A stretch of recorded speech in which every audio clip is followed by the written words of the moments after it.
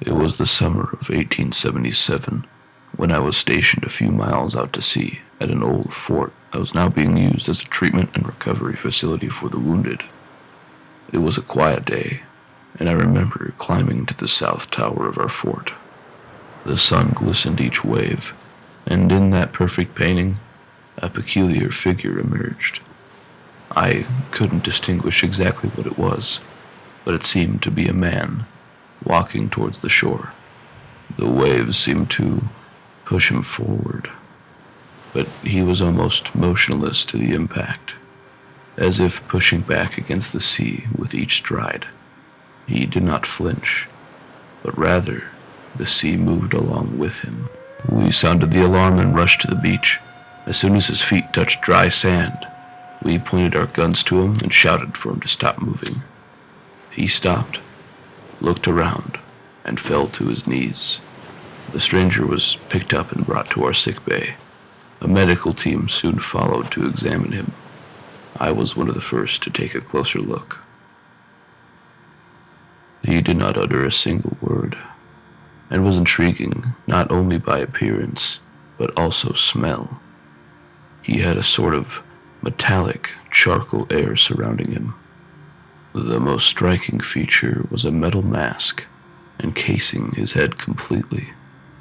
It appeared to be melted directly to the skull, to perfectly fit him up to his neck.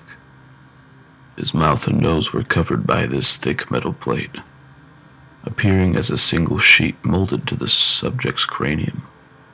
We couldn't understand how the subject was breathing. We couldn't identify a single point where the skin came loose.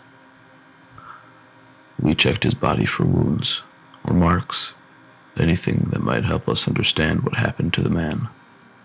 Our first thought was that he might have been a prisoner of war, tortured, maimed, and somehow he escaped his captors. While I was examining his mask, a nurse started cutting his robes from the back. Suddenly, she let out a horrifying scream. We turned around towards her.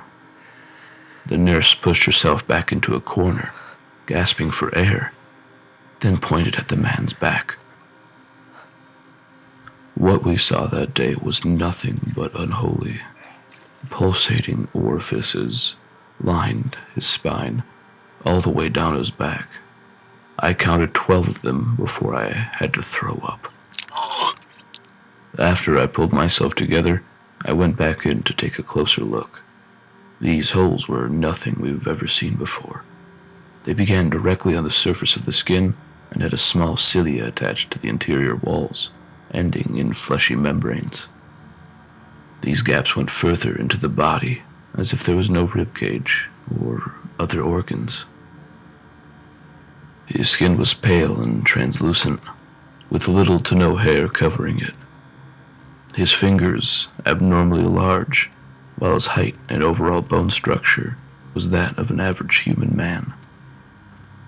The lungs needed further examination. As for how his breathing apparatus worked, it remained to be investigated. The nurse administered a heavy dose of anesthesia, while a few soldiers grabbed a bone saw, a chisel, and started working around the metal plating. It was a slow, exhausting process, with only millimeters of progress done by the hour. We took turns, with each one chiseling just enough until we heard a crack. The mask split in two. The opening wasn't showing any skin, but rather contrasted the dark gray metal to the pitch black behind it. I grabbed a nipper and gently tried pulling it apart. It moved. Then I heard a faint, muffled, screeching sound. It was coming from the patient's back.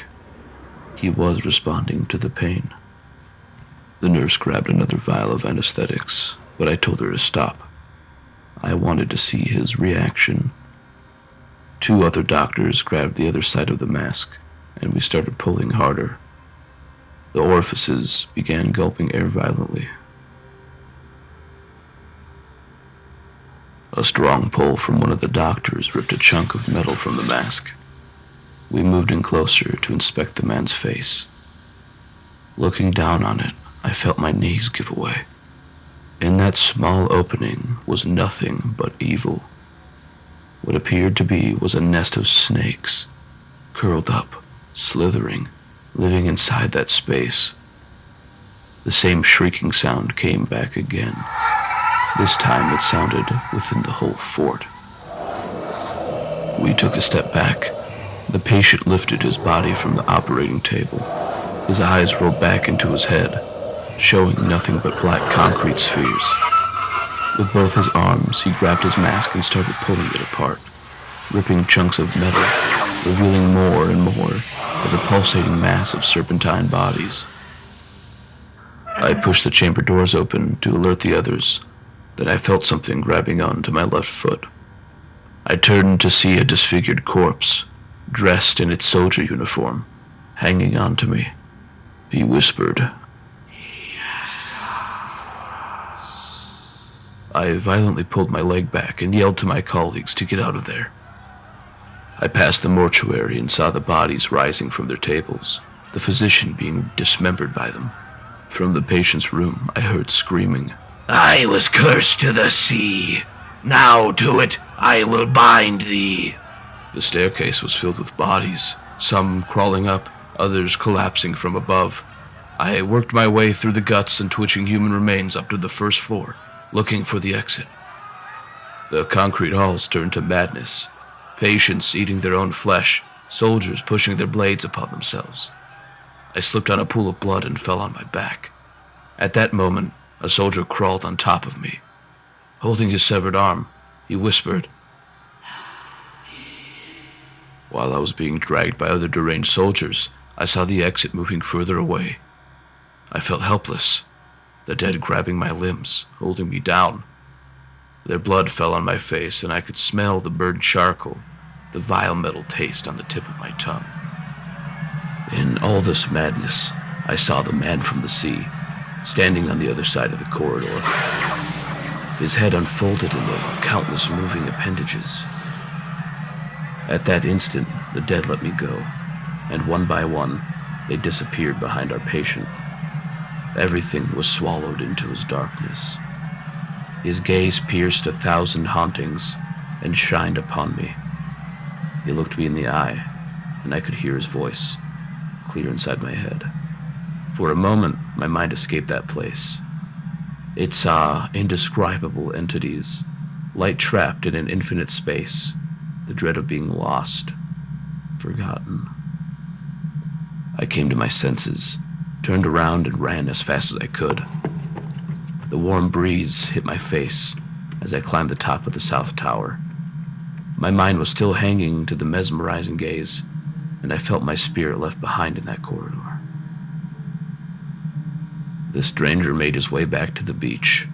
Following his steps were the resurrected corpses of our soldiers, all quietly moving behind him, with their faces trapped towards the horizon, their punished bodies still being dragged to obey another king, not letting them to rest. While their bones are yet to be dust, they must still serve. Even in death, one must fear. Standing on top of the tower, I saw the waters pulling back violently. Gargantuan creatures began revealing themselves. Pushing out of the waves were indescribable blobs of flesh, lidless eyes, feathered serpents, abominations of proportions that I have never seen, nor could comprehend, greeted the man from the sea. They welcomed our patient with chants and screams, their twisted motion moving the waters further and further away from the shore. Their screams were slowly coming down to a screech, accompanied by rhythmic hums. A foul metallic stench filled the air. The man from the sea stood upon the shore, surrounded by the hushed hummings of his awaiting followers. Did he summon them from their slumber, or were they just inviting him back into the abyss? What he said to me, I cannot voice. Death as we know it is merciful, for we do not know when we shall meet.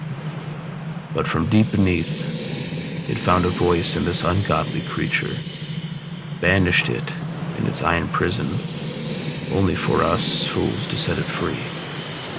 It could have circled the oceans and disappeared back into the unknown, and by chance it found us, a speck of dust in this infinite sea.